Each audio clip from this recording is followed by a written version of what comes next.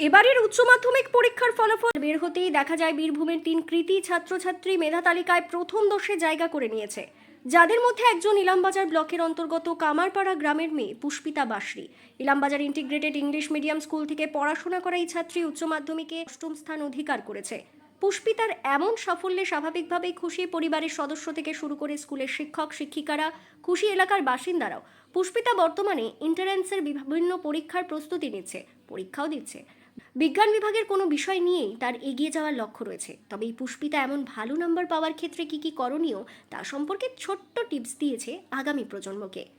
পুষ্পিতার কথা অনুযায়ী মুখস্থ করলে চলবে না, বিষয় বুঝতে হবে। আর বিষয় বুঝলেই প্রশ্ন যেখান থেকেই আসুক না কেন বা যতই কঠিন হোক না কেন, উত্তর দেওয়া সহজ। নিশ্চয়ই ভালোই লাগছে, মানে খুবই ভালো লাগছে। এক্সাম দেওয়ার পর মনে হয়েছিল যে মানে হবে, তবু অতটাও এবারে শিওর ছিলাম না। তো হয়েছে, খুব ভালো লাগছে। রেজাল্টের পিছনে তো মানে আমাকে সবসময় ইন্সপায়ার করা বা মেন্টালি সাপোর্ট দেওয়া, এগুলো আমার মা বাবাকেই করতে হয়।